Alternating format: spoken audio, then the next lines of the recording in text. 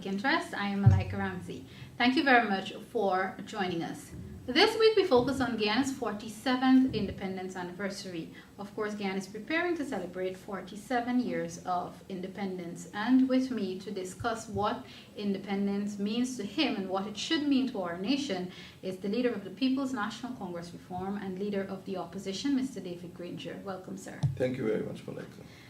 First of all, some people 47 years ago would have seen, sir, independence as somewhat freedom. They're more free, they're more comfortable in their own country. Some people would like to say comfortable in their own skin. Do you see Guyana's independence 47 years ago? Was it a chance for us to be free as Guyanese? Definitely, and I feel that it is something that every country aims at, yearns for. All people yearn for independence. And we achieved this on the 26th of May 1966. And it's difficult for people now, young people who were born in the post-independence era to understand the deep yearning we had for independence and the need for independence. And I think if you try to compare colonial society that existed before 26th of May 66 and what happened afterwards, you'll see that culturally and psychologically there was a major transformation. And I think even though there have been difficulties in the post-independence period, I would feel that independence is a good thing and we do it all over again.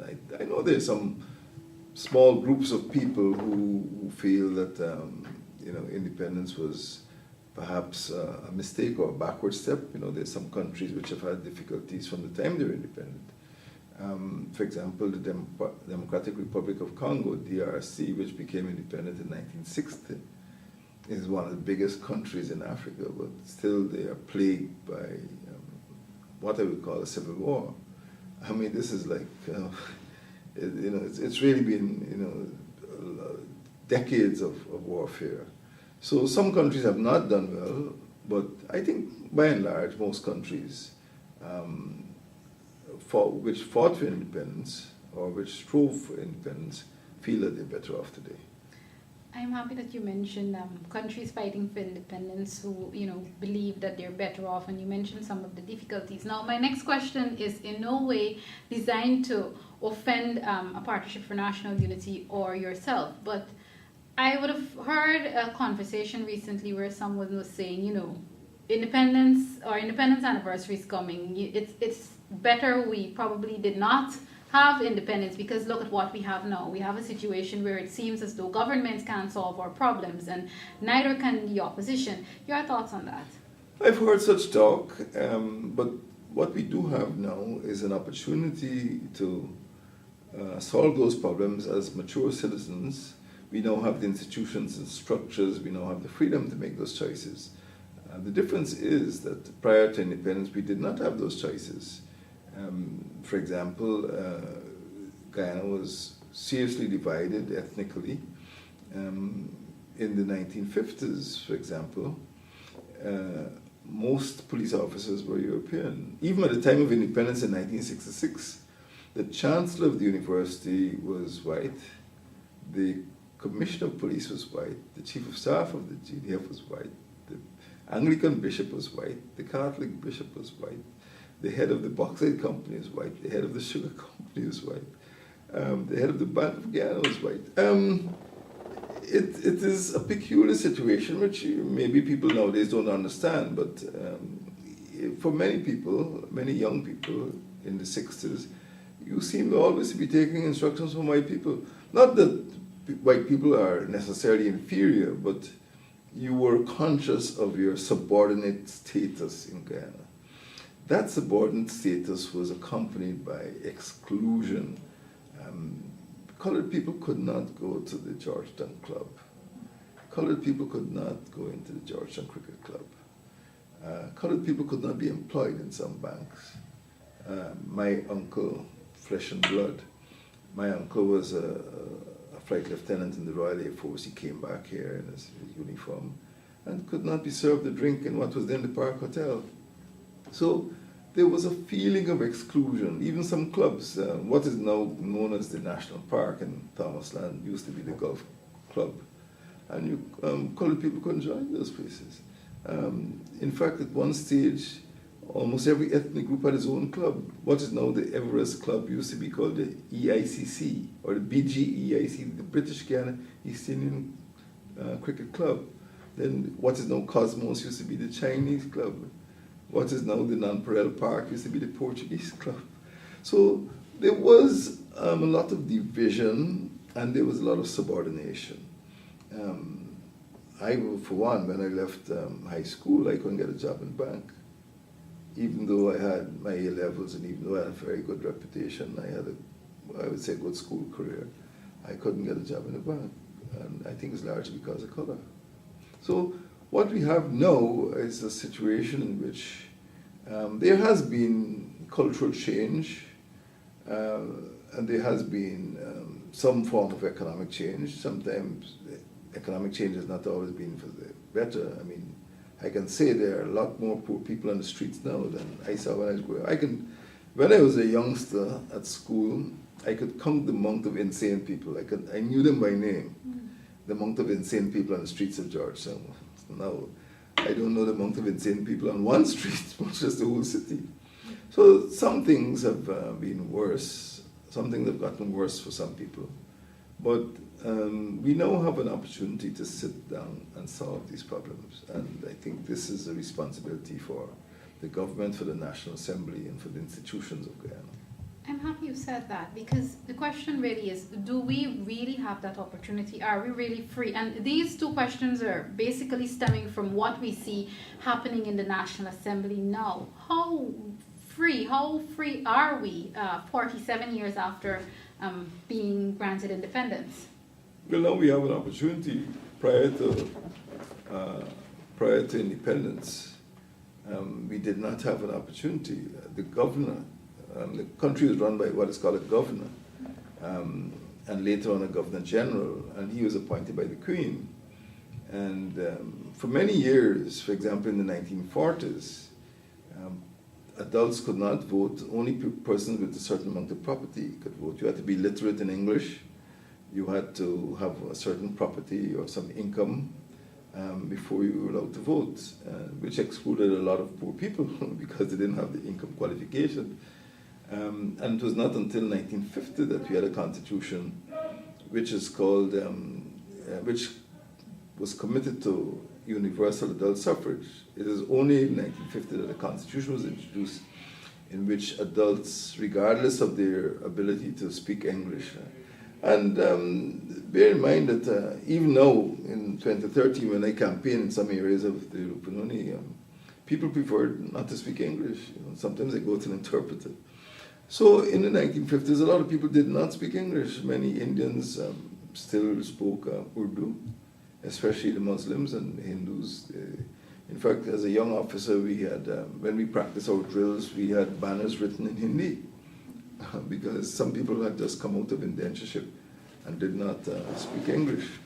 But in 1953, we had the first election on the universal adult suffrage, and at least people were able to come out and vote for parties of their choice. Of course, it's possible for people to make the wrong choice, and this is what the British said in 1953, because the government was, the PPP as it was then, they call it the original PPP.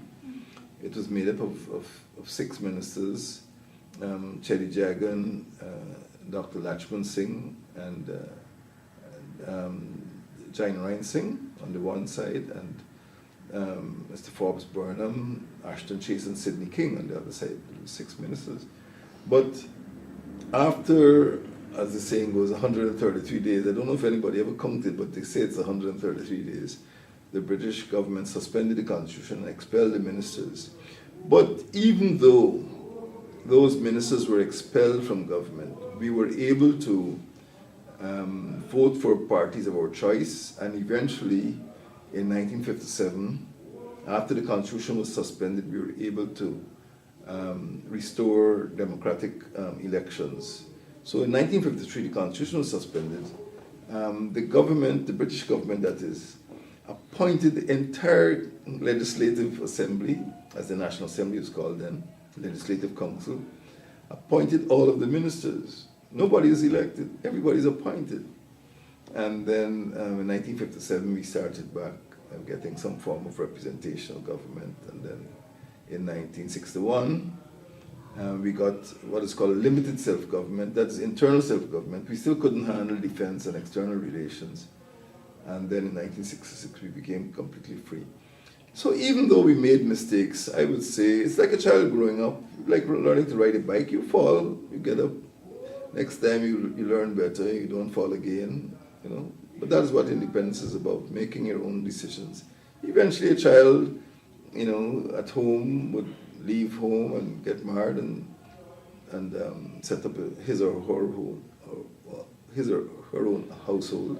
And maybe they might have mistake, maybe the marriage might end in divorce, but they tried and they learn a lot of lessons, they bring up children, and that's how society works. In giving some background a minute ago, you mentioned Forbes Burnham and you mentioned Mr. Jagan.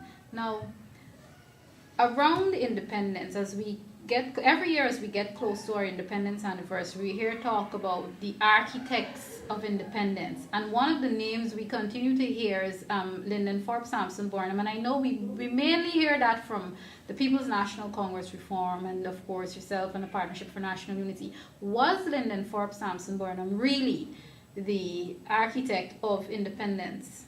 Well, I have no doubt about that in my mind. He certainly was. And it was who actually received the instruments of independence from a member of the royal family called the Duke of Kent. Now, let us understand this, that although Forbes Burnham was prime minister, although he fought for independence, no great enterprise is ever achieved by a single person. And he was certainly assisted by thousands and thousands of persons who wanted independence. And there's no doubt in my mind that there were other participants, for example, on the part of the United Force. Peter de Gar was member of the coalition government at that time. Mr. Sidney Campbell, an Amerindian, was a member of the government, a member of the Legislative Council. He died just before independence, in fact. I think it was May 1966, quite unfortunately. But he fought for Amerindian rights, and as you know, Amerindian Heritage Month in September is timed to coincide with his entry into the Legislative Assembly. And you had Dr. Jagan, who ended up as leader of the PPP, and he also contributed to the struggle for independence. But there's no doubt in my mind that Forbes Burnham was totally committed to independence.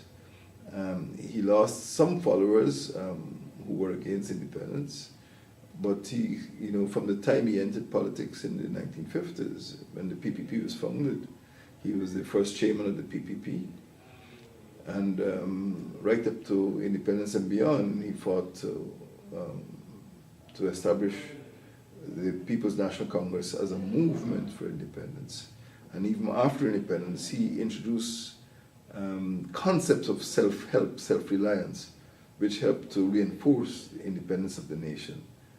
So I would say that he was an independent-minded person. He certainly did not believe in dependence on Britain. And he it was who transformed our country, our political culture. And much of what we see around Guyana today, we owe to him. For example, the question I mentioned about, he had something called decolonization. And actually inside of the People's National Congress, he had established an Institute of Decolonization, which produced magazines, which held seminars, which conducted training courses. And this was because there was something which he perceived to be the colonial mentality. People felt that for every major decision they had to run to Britain. At one stage, of course, most of the government departments were headed by Europeans. When I went to school, about 30% of the teachers at high school, Queen's College, 30% of the we called them masters at that time, were Europeans. So people tended to develop this notion that everything European was good because they were the intelligent persons. You know, most of the items we use at home, all the motor cars, were British made. The bicycles, I can tell you the names: Humber, Raleigh, Rudge, Hercules were all British bicycles. You know, you never say people even riding American bicycles. Everything was British. Your medicines, in the stores, everything was British. You know, and people went up to Britain. They felt that the degree from a British university. I myself was trained in Britain, in Aldershot. My military training course was there. So there was a colonial mentality, and Forbes Burnham felt that this colonial mentality was damaging the prospects for development, and he embarked on a process of decolonization. For example, there was a time, even in the mid-60s, people would go to the cinema with ties. You couldn't get an interview. If you were a journalist, you couldn't get an interview with certain people without wearing a tie or sometimes a suit. And it was Forbes Burnham who introduced the shirt jack and told people to dress comfortably. And even in Parliament, you couldn't enter Parliament in the 1960s. You see, everybody was wearing a tie. He himself was wearing a tie in the 1960s, but afterwards we decolonized and we got more comfortable in our skin, as you said in the introductory remarks. All right. I want to talk a bit about independence and exhibitions to get our public au fait with what would have happened. But before I do that, this question may seem a bit redundant when I asked you about Burnham as the architect of independence earlier. What we see, unfortunately, is that even though he would have been the architect of independence, around this time, we only hear that fact coming from the People's National Congress Reform, members of the People's National Congress Reform. How do we get the entire nation to understand that, look, this is not about a PNC propaganda, this is a fact? How do we get the nation to understand that? Well, facts are facts. We can't change facts. And if you examine what happened in the 1960s, you'd see that Burnham consistently fought for independence. And in fact, at one stage, one of the general secretaries of the People's National Congress, as it was then, was expelled from the PNC because Burnham said that whoever won the elections, even if Chelly Jagan won the elections, he would be on a plane the next morning to go to Britain to get independence. And one prominent member of the party said he didn't agree, that he felt that Burnham was selling out the country to Jagan. And as a result of that, he published a very scurrilous newsletter, and he had to be expelled. But Burnham was willing to go against people in the party who felt that independence under Chelly Jagan would be putting the country in jeopardy. But he was so committed to independence that he said, look, whoever wins the election, I am going to go to Britain and get my independence. In addition to that, he never changed his view. He never said, because of some adversity, I don't want to take it. He continued to fight for it. And when we finally, when the PNC and the United Force finally formed the coalition in December 1964, it was Chelly Jagan who boycotted the independence constitutional talks. So the constitution, what we call the independence constitution, had no input, had no contribution from the PPP. Even the independence celebrations, Chelly Jagan refused to attend. I think the party made a decision. A small team made up of himself, Mr. Ranjit Chandy Singh, and the then Attorney General, Mr. Fenton Ramsahoi, went to the National Park for the flag raising. And I think in the National Assembly, what is the Legislative Assembly as it was called then, it became National Assembly in May 1966. There was an official boycott for several months after the elections. So it was the PPP which ended up as being the saboteurs of independence, particularly at the level of constitution. They felt that they deserved to win the elections of 1964. But that was the first election at which this present system of proportional representation was introduced. prior to that, it's very complicated. Forgive me, I hope I'm not boring you. No, you're not. Prior to December 1964, we had a system called first past the post. That is, the country was divided into 35 constituencies, and several contestants would compete, and whichever person won the majority of votes would go into the National Assembly, go into the Legislative Assembly. So even if you got 30% of the votes, and all of the other people together got 70% of the votes, the one who got 30% of the votes would go into the National Assembly. That's what it's called, first past the post. Who first passed the post would go in. But later on, in 1964, we introduced proportional representation, which meant that if you got, if a party got 70% of the vote, it got 70% of the seats. And this is what happened. You see, in 1961, the People's Progressive Party had won 43% of the vote and got 57% of the seats in the National Assembly, whereas the PNC and United Force together got 57% of the vote and got 43% of the seats. So it's a patently unfair system. And because the system was changed, in December 1964, the PPP decided to boycott the election, constitutional talks, and boycott the independence celebrations. Okay. So even after 1966, there were some people who refused to stand up to the national anthem. People refused to salute the flag. And even Dr. Jagan refused to accept the national award.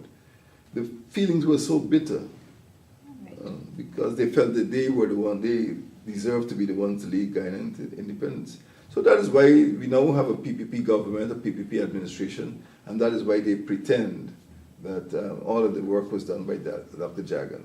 Many people contributed, but Mr. Falsborn by far was the architect. All right.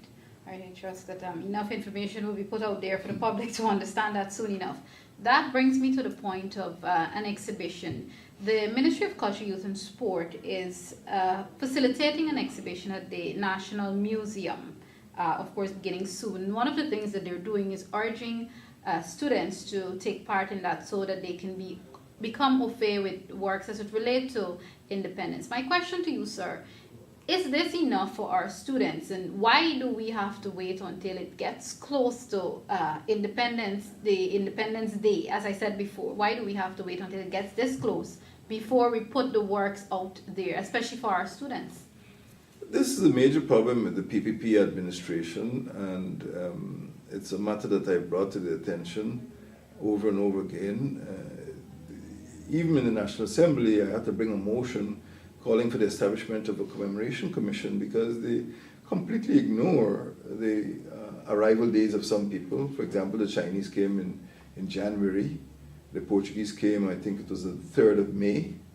But I am the one in the National Assembly who would stand up and say, I'd say, I'd like to extend greetings to the Chinese who arrived on the 12th of January. I'd like to extend greetings to the Portuguese, in addition to the Indians, but this administration ignores certain groups, and that's why I had to bring the motion.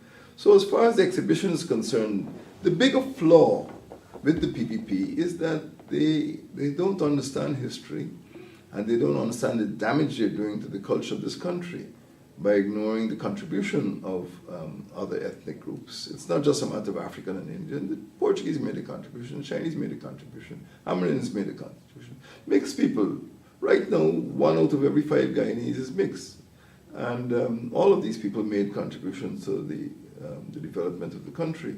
Now, what we need to emphasize is that the government, the state, needs to produce textbooks which exemplify the diversity of the Guyanese experience. And we haven't had modern, for example, I taught Caribbean history at CXC level a few years ago. Not professionally, I was just working in my old school. But most children only understand West Indian or Caribbean history. They don't get a good grounding in Guyanese history, and the point you're making is quite correct. Well, not that the point is correct. The fact that you're bringing it to public attention is quite correct. We need to start studying Guyanese history at the primary schools, because this is what happens in a country like the United States. Everybody knows the United States is a is, everybody knows what July the 4th is in the United States, it's Independence Day. But this is because the American education system explains American history. Their own battle, their own fight for independence, the Independence War, the war against Great Britain in 1812, the Civil War in 1861.